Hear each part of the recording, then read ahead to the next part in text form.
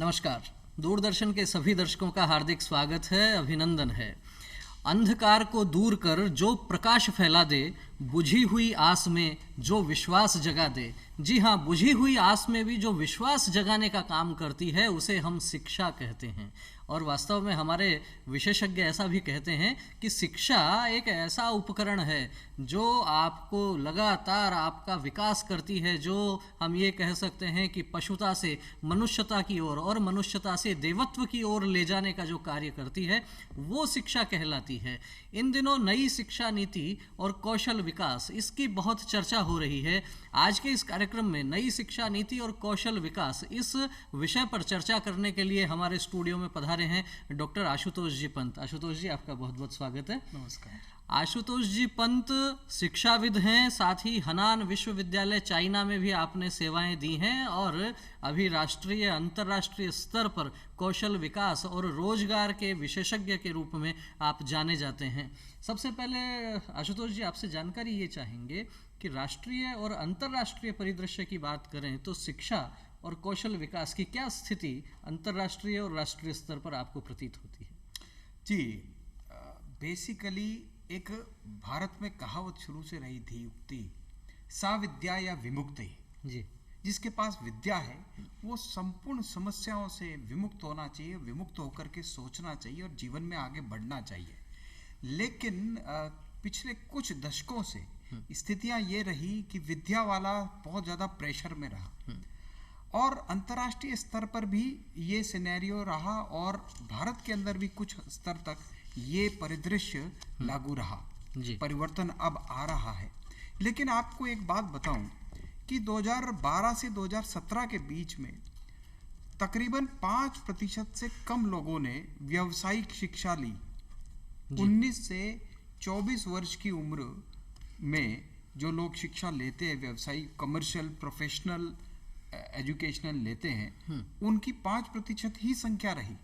और आप कंपेयर करें अमेरिका में जहाँ 52%, जर्मनी में 75% और दक्षिण कोरिया में 96%, 96% रहा है ये फिगर। इसका मतलब प्रोफेशनल और कमर्शियल एजुकेशन जो है वो लोग वोकेशनल एजुकेशन जिसे कहते हैं, कितनी तेजी से ली और इस वजह से रोजगार और शिक्षा का नाता जुड़ता रहा और लोग आगे जाकर के विमुक्त होकर के अपना जीवन यापन कर पाए। भारत में ये 5% ही रहा। इसकी सबसे बड़ी आवश्यकता भारत के अंदर महसूस हो रही थी। कई वर्षों से लोग सोचते थे क्या शिक्षा और व्यावसायिक शिक्षा, कमर्शियल एजुकेशन और स्किल डेवलपमेंट साथ में आने चाहिए या नहीं। ये सब चीज़ें सोचते हुए अब भारत के अंदर ये सोच विकसित हुई और सरकारों ने इसको आगे बढ़ाना शुरू किया है। जी, तो जिस प्रकार से डॉक्टर आशुतोष जी कह रहे हैं कि भारत में हम कहते सुनते आए हैं सा विद्या या विमुक्त है, साथ ही हम ये भी सुनते आए हैं कि भारत की जो शिक्षा है वह बहुत ही विशिष्ट शिक्षा है और आज से नहीं, प्राचीन काल से जिस प्रकार से भारत की शिक्षा रही है, भारत की परंपराएं रही हैं, भारत की शिक्षा ने एक विचार दिया है और वो विचार खासतौर पर युवाओं को जो विचार दिया है वो विचार दिया है कि लव कुश ध्रुव प्रहलाद बने हम, मानवता का त्रास हरे हम। मानव मात्र के कल्याण की शिक्षा देने का काम भारत का काम रहा है। शायद इसीलिए भारत को विश्व गुरु भी कहा जाता रहा होगा। आशुतोष जी, आपसे चर्चा ये भी करना चाहेंगे कि जिस प्रकार से शिक्षा नीति की बात होती है, समय समय पर अनेक सरकारें आती हैं जाती हैं, अपने हिसाब से सरकारें चलती हैं, शिक्षा पर बहुत अधिक काम ऐसा कहते हैं कि नहीं हो पाया। लेकिन पिछले कुछ महीनों से नई शिक्षा नीति की जो चर्चा चल पड़ी है, जो मीडिया रिपोर्ट्स में भी बातें हो रही हैं, अनेक विशेषज्ञ भी बोलते हैं, शिक्षाविद भी बोलते हैं, आखिर ये नई शिक्षा नीति क्या चीज़ है? देखिए, 2019 में ही इसरो के जो नेतृत्व करते थे डॉक्टर के कस्तूरी रंगन जी, उनकी अध्यक्षता में 2019 में ये प्रपोजल दिया गया सरकार को और सरकार ने 2021 में इसको फॉलो किया और लागू किया। नई शिक्षा नीति, नई राष्ट्रीय शिक्षा नीति, नेशनल एजुकेशन पॉलिसी जो है वो स्पष्ट रूप से भारत को एक ग्लोबल सुपर पावर के रूप में स्थापित करने के लिए बनाई गई है। ये मानते हुए कि हमारा जो ह्यूमन रिसोर्स है, मैन पावर है, वो प्रशिक्षित भी होना चाहिए और शिक्षित भी होना चाहिए।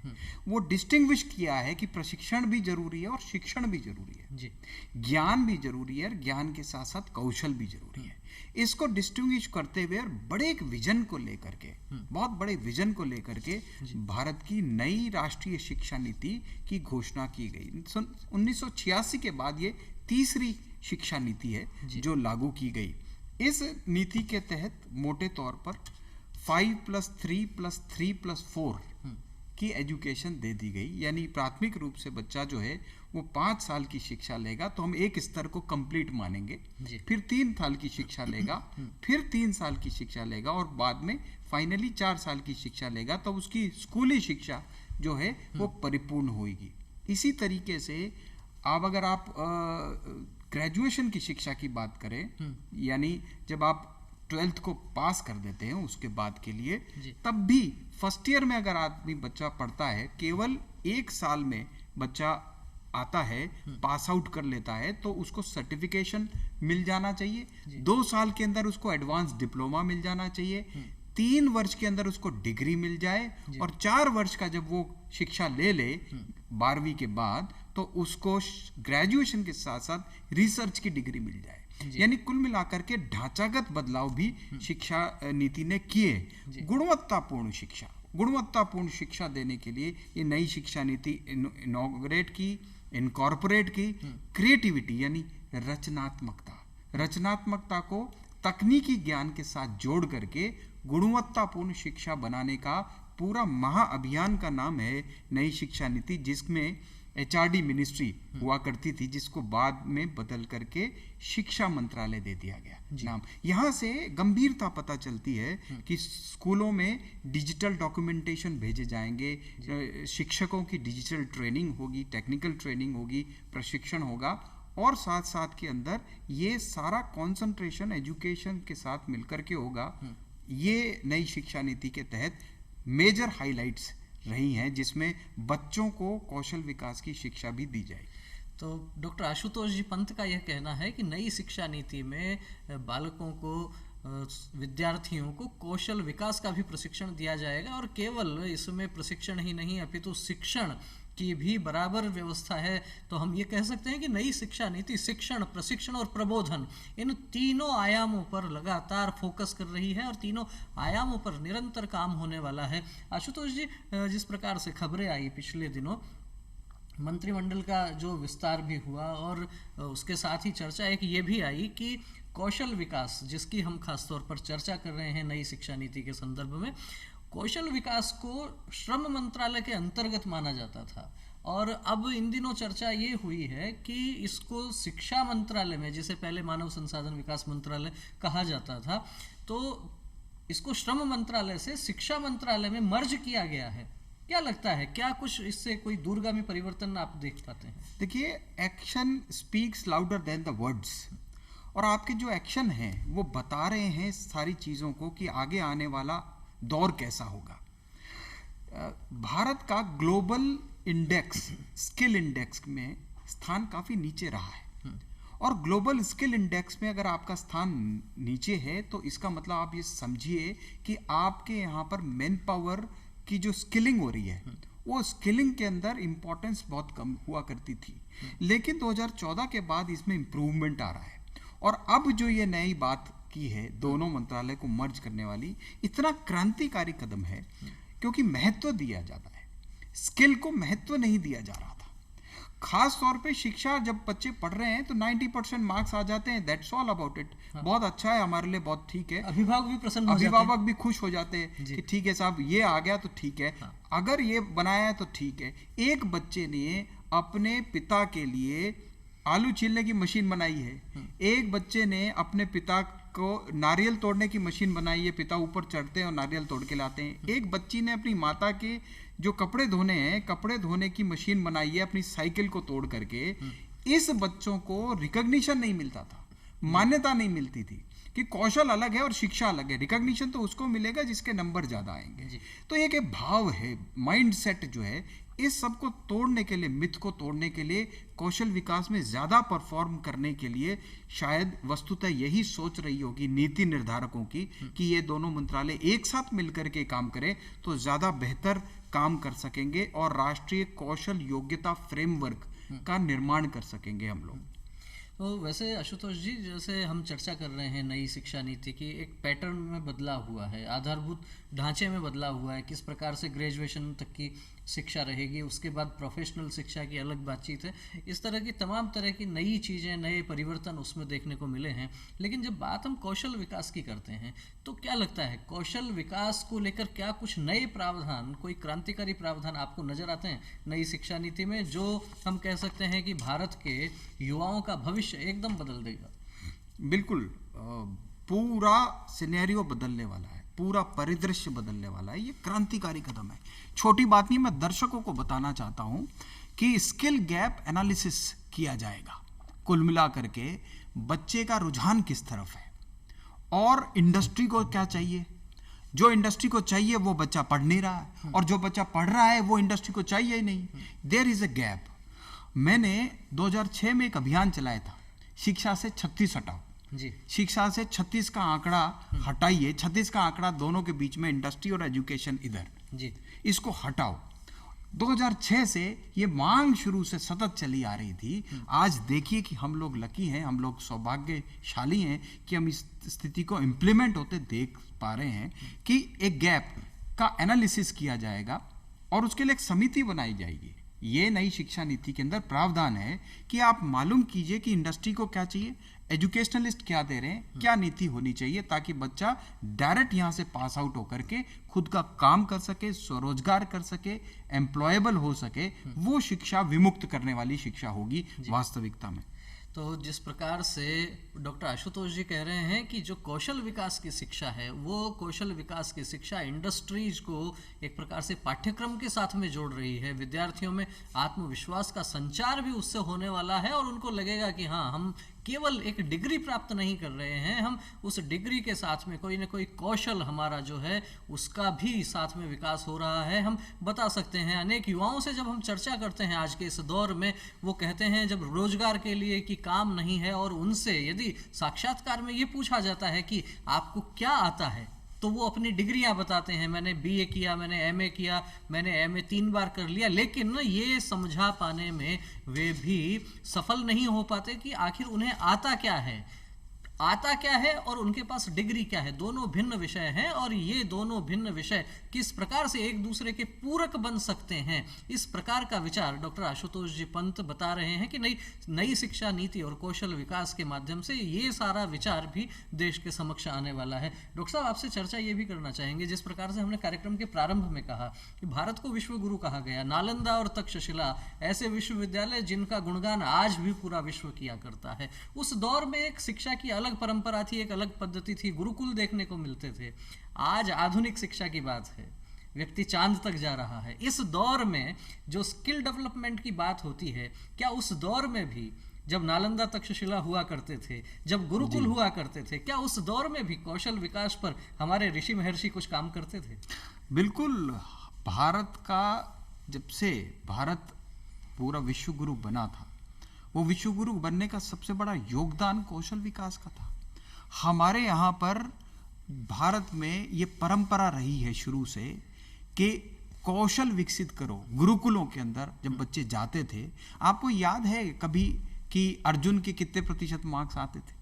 किसी को नहीं याद कृष्ण जी के संदीपन गुरु आश्रम में कितने प्रतिशत मार्क्स आते थे?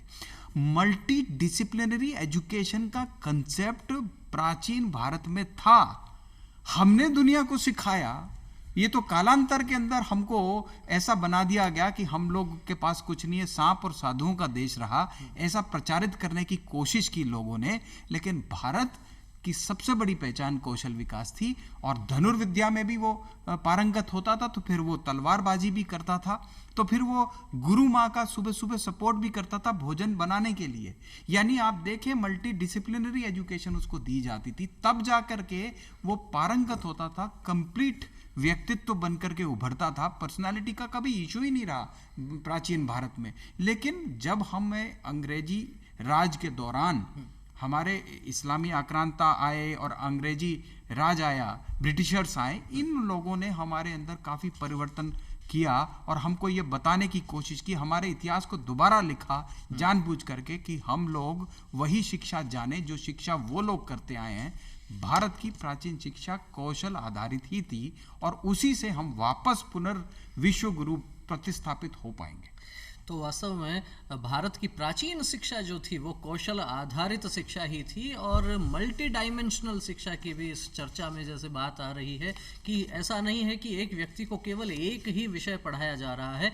कोई व्यक्ति एक विषय का विशेषज्ञ हो सकता है लेकिन ज्ञान उसे समग्र रूप से दिया जाता था। लेकिन कालांतर में जिस प्रकार से मैकाले की शिक्षा पद्धति की बात आती है और बात आती है शिक्षा नीति में तोड़ मरोड़ की बात आती है, शिक्षा को लेकर जिस प्रकार से षड्यंत्र रचे गए, कहीं न कहीं ये भी कहा जाने लगा एक दौर में कि ऐसी शिक्षा पद्धति का निर्माण किया गया हिंदुस्तान में जो केवल बाबू बनाने का काम करती थी, जो व्यक्ति का आत्मविश्वास डिगाने का काम करती थी, व्यक्ति का स्वाभिमान कहीं न कहीं कम करती थी। ऐसी शिक्षा पद्धति को बदलने का काम केंद्र सरकार ने किया है। ऐसी शिक्षा पद्धति, नई शिक्षा पद्धति के माध्यम से ऐसे प्रावधान करने का काम केंद्र सरकार कर रही है जिससे युवाओं में आत्मविश्वास का संचार भी होगा और युवा एक प्रोफेशनल शिक्षा प्राप्त करके एक हम कह सकते हैं नया भविष्य रचने वाले हैं भारत देश के युवा। इस प्रकार के नए प्रावधान इसमें किए गए हैं। लेकिन डॉक्टर आशुतोष जी, इसमें एक बात ऐड करना चाहूंगा। जी।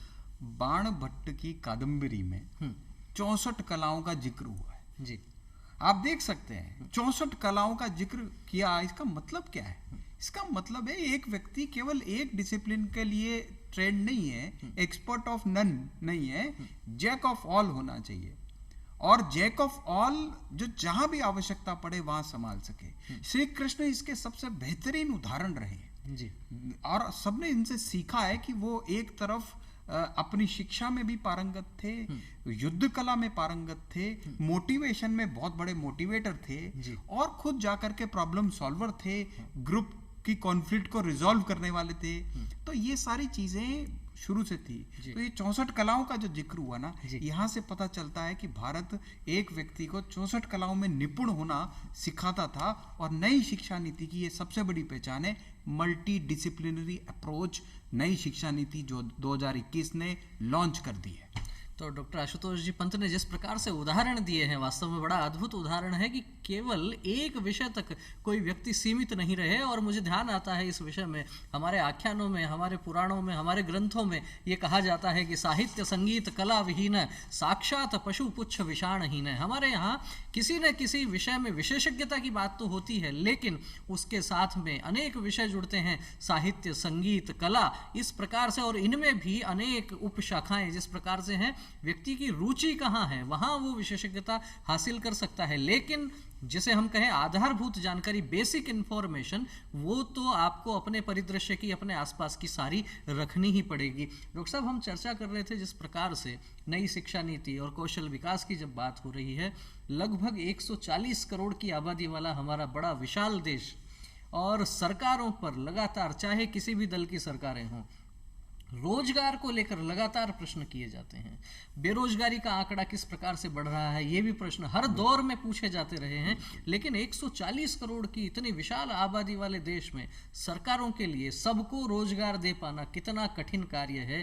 क्या ये नई शिक्षा नीति और कौशल विकास कुछ इस प्रकार का प्रावधान करते हैं, कुछ इस प्रकार का प्रबंध करते हैं कि बेरोजगारी की समस्या का भी समाधान हो सके? क्रांतिकारी कदम है। मैंने कहा ना, आप उछल जाएंगे, चौंक जाएंगे और खुश हो जाएंगे अगर आप नई शिक्षा नीति को पढ़ें तो, ध्यान से पढ़ेंगे तो आपके ध्यान में आएगा कि बच्चा genomic study, biotechnology, nano technology, neuro science, artificial intelligence, 3D machining, big data analysis, machine learning, इस तरह के क्षेत्र में प्रोफेशनल विकसित करने के निर्माण का कार्य शिक्षा से ही करना है।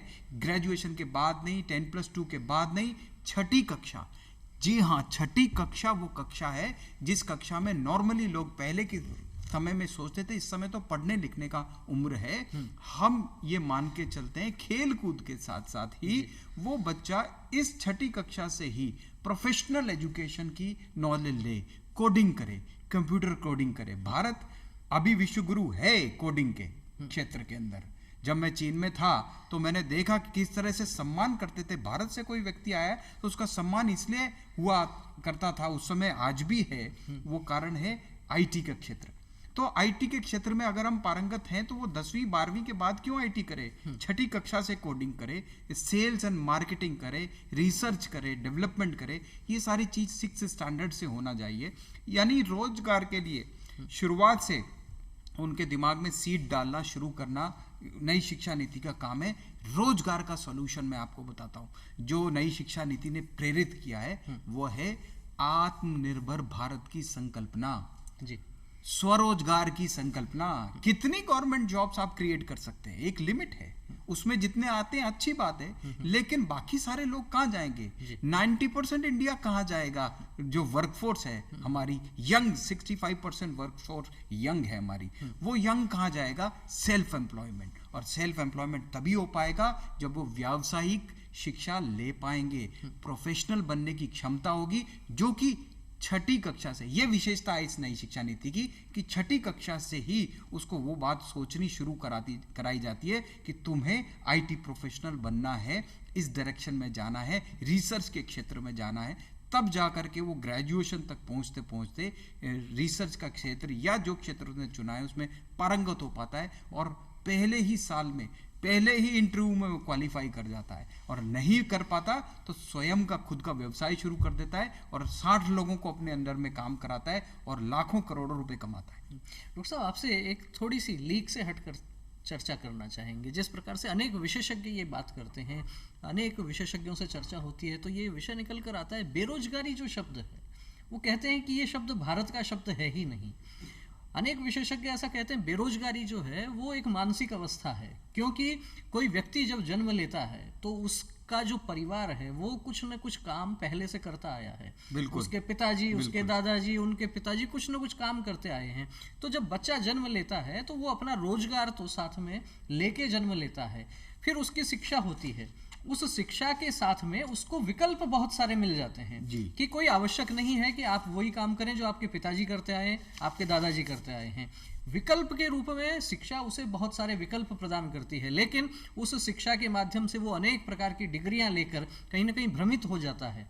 तो विशेषज्ञों का ये कहना है कि क्या जो ये मूल भारत की परंपरा रही, पहले से परिवार आधारित जो काम रहे, क्या उनसे भी दूर करने का षड्यंत्र किया गया? या फिर दूसरे लोग ऐसा भी कहते हैं कि नहीं, आप विद्यार्थी को बांध नहीं सकते, उसको फोर्स नहीं कर सकते कि वो ही काम करे। हमें हमेशा नौकर बनाने की तरफ प्रेरित किया गया, पूरी टारगेट प्लान करके। हम स्वरोजगार बनने तो स्वयमेव मृगेंद्रता बनने का, उन्मुक्त होने का जो प्रशिक्षण है वो कभी नहीं दिया गया। नई शिक्षा नीति इसके सबसे बड़ी शुरुआत और आगाज और शंखनाद है कि 50%, जी हाँ 50% बच्चों को 2025 तक व्यावसायिक शिक्षा मिलने का टारगेट रखा गया है। और ये एक बहुत बड़ा टारगेट है। उद्योगों से जुड़ा होगा।